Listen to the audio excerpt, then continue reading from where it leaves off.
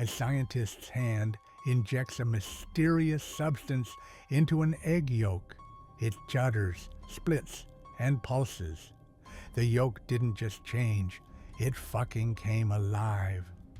The movie kicks off by introducing us to Elizabeth Sparkle, a 50-year-old actress who's had an incredible career. She's won an Oscar, been a star, and even hosts a popular morning aerobic show. But let's be real, her days of being the it girl are fading. Time hasn't been kind to her youthful glow, even though she's still in great shape. One day, after wrapping up her show, Elizabeth finds herself in a bit of a pickle. The women's restroom is out of order, and she's desperate. So she sneaks into the men's restroom and ducks into a stall. While she's there, she overhears her producer, Harvey, on the phone. And guess what? He's trash-talking her. He says she looks like a grandma now and needs to be replaced by someone younger. Ouch. Elizabeth is stunned and hurt. Later, they meet for lunch, and Harvey is chowing down on shrimp like there's no tomorrow. He casually drops the bomb that he's planning to fire her because, well, the audience wants fresh faces. Elizabeth is crushed. She leaves without a word, but on her way home, she sees workers tearing down a billboard with her face on it. The final blow. Distracted and upset, she crashes her car. After the car crash, Elizabeth wakes up in the hospital. Thankfully, she's not seriously hurt, but emotionally, she's a mess. A doctor mentions that his wife is a huge fan of hers, which only makes Elizabeth burst into tears. It's a rough moment. Then a young, good-looking nurse steps in to comfort her. He checks her back, muttering something about her being a good candidate. Mysterious. Before he leaves, he hands her jacket back and reassures her she's fine. But Elizabeth notices something odd, a strange birthmark on his hand. Weird, right? When she finally leaves the hospital, Elizabeth finds a USB drive in her jacket with a note that says, "It changed my life." Curious, she plugs it into her TV at home. Turns out it's an ad for something called The Substance. This product promises to create a perfect, younger clone of you, a better, upgraded version. The catch? You and your clone have to switch places every 7 days. Same person, just 2 versions. At first, Elizabeth thinks it's ridiculous and tosses the USB in the trash. But later, she starts to wonder, what if? What if this could give her a second chance? She fishes the USB out of the trash and calls the number on the back. A guy answers, and Elizabeth nervously says she wants to order The Substance. He asks for her address and then gives her a location to go to. No explanation, no small talk, just a cryptic address and a hang-up. The next morning, Elizabeth finds a keycard in her mailbox with the number 503 printed on it. Without wasting any time, she follows the instructions and makes her way to a dimly lit alley in a part of town that feels off. Her keycard unlocks a gate, leading her into a spotless room lined with lockers. She finds locker 503, opens it, and pulls out a mysterious package. Back at home, Elizabeth can't wait any longer. She tears open the package and discovers a carefully arranged set of items, an activator, a stabilizer, a switch kit, and food supplies for 2 people. There's also a set of instructions that make her heart race. The rules are clear. The stabilizer must be taken daily, and it has to come from the primary person. Most importantly, the 2 versions of herself must switch places every 7 days. No exceptions. The instructions emphasize that they are, and always will be, one person. Elizabeth doesn't hesitate. She heads to the bathroom and injects herself with the activator, a glowing green liquid. Almost immediately, her body reacts violently. Her pupils split, her back feels like it's tearing open, and the pain is unbearable. She passes out from the agony. When she wakes up, something incredible and terrifying has happened. A younger, more vibrant version of Elizabeth has emerged from her back. This new Elizabeth seems to know exactly what's going on. She quickly stitches up the older Elizabeth's back, then steps into the shower to clean up. But as the water runs, the younger Elizabeth starts to feel dizzy. A nosebleed follows, and she realizes the stakes. If she doesn't follow the instructions, she won't survive.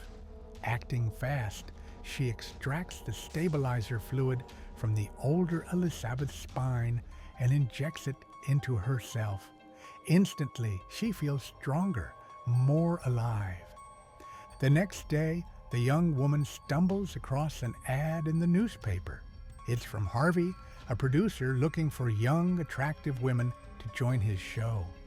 Feeling bold, she decides to try her luck. She shows up to the audition in a swimsuit, introduces herself as Sue, and delivers a jaw-dropping performance that leaves the judges speechless. Harvey, in particular, is completely captivated by her beauty and charm. He hires her on the spot for his aerobics show. Sue, however, has a condition.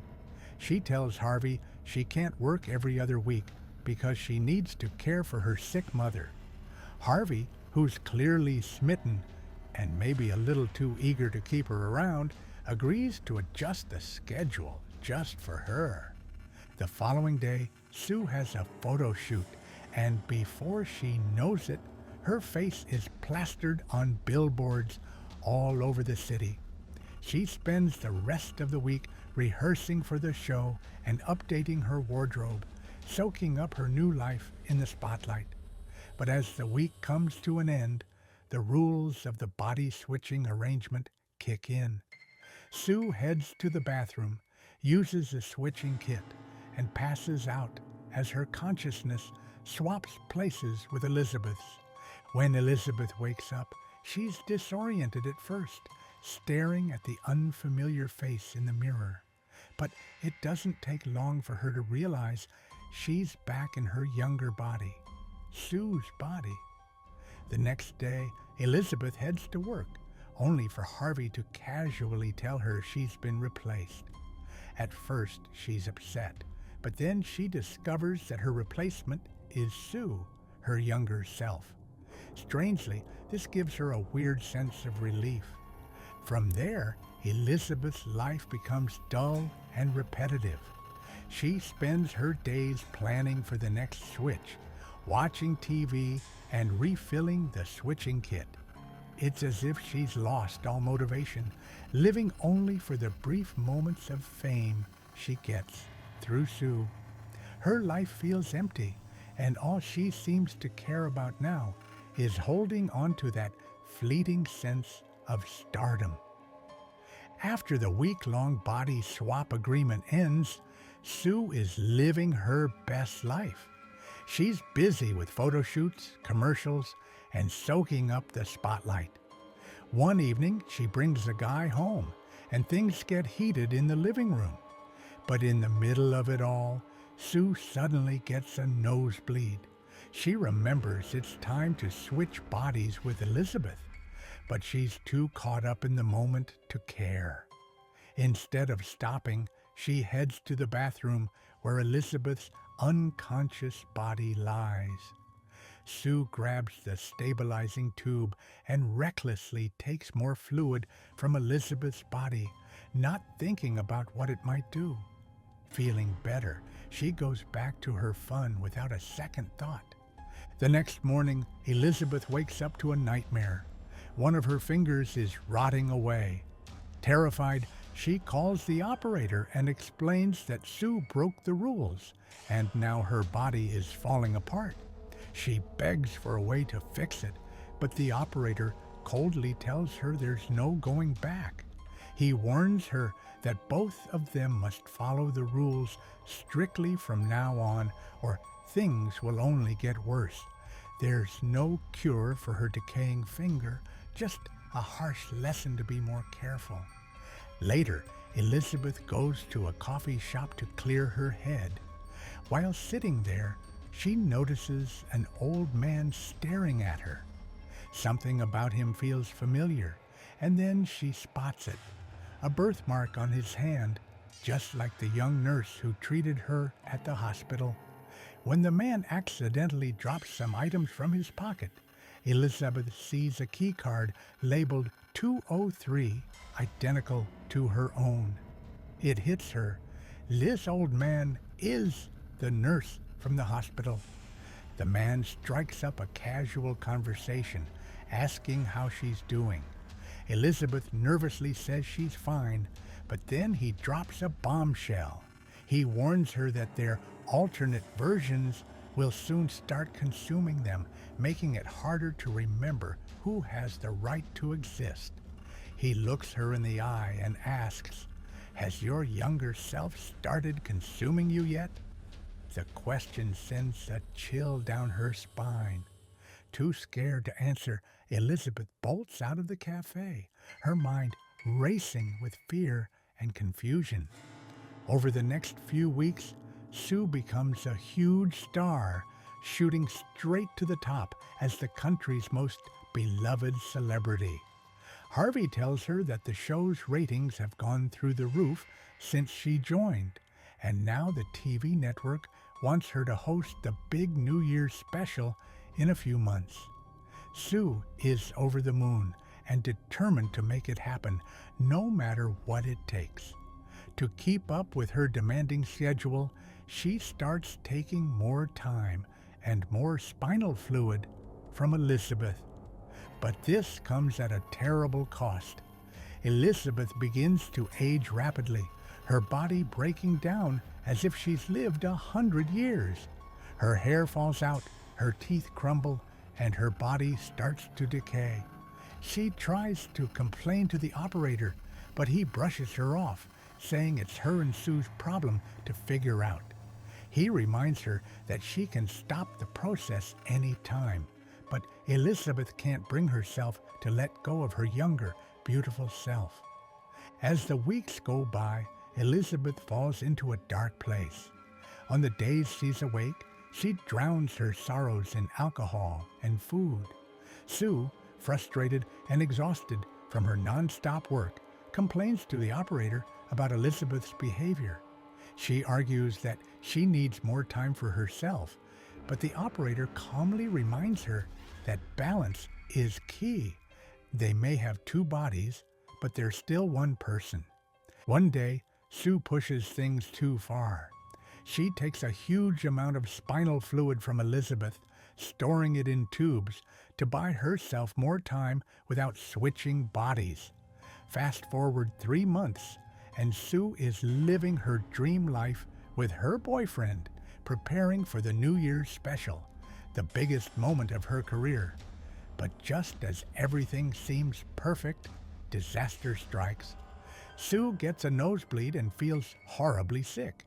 She rushes to inject more fluid, only to realize she's used up every last drop. Panicking, she calls the operator, begging for more fluid. But he tells her there's only one source, Elizabeth, and they need to switch bodies to replenish it. Sue pleads, explaining how important the New Year's show is, but the operator isn't swayed. He hangs up, leaving Sue desperate. With her strength fading, Sue drags herself to the bathroom to start the body-switching process. Meanwhile, her boyfriend hears strange noises and calls out to check on her. But it's not Sue who answers. It's Elizabeth, now a horrifying, hunched figure. She screams at him to get out, her voice so terrifying that he bolts from the apartment without a second thought. Elizabeth finally looks in the mirror and is shocked by how monstrous she's become. Horrified, she calls the operator to end the experiment. The man coldly tells her a termination kit will be waiting in her locker. The next day, Elizabeth picks it up and heads home, where Sue is still unconscious. She prepares to inject Sue with the lethal serum, but hesitates when she sees a bouquet and a note wishing Sue good luck for her big night. Guilt takes over, and Elizabeth decides to revive Sue instead. But things take a wild turn. Sue wakes up, and because of the half-injected serum, both women are now conscious at the same time. Sue sees the syringe and figures out what Elizabeth was about to do. Enraged, she attacks Elizabeth in a brutal fight. Sue wins, leaving Elizabeth dead.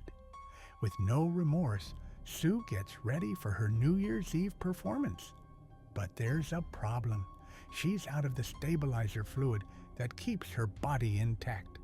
As the night goes on, Sue starts falling apart, literally.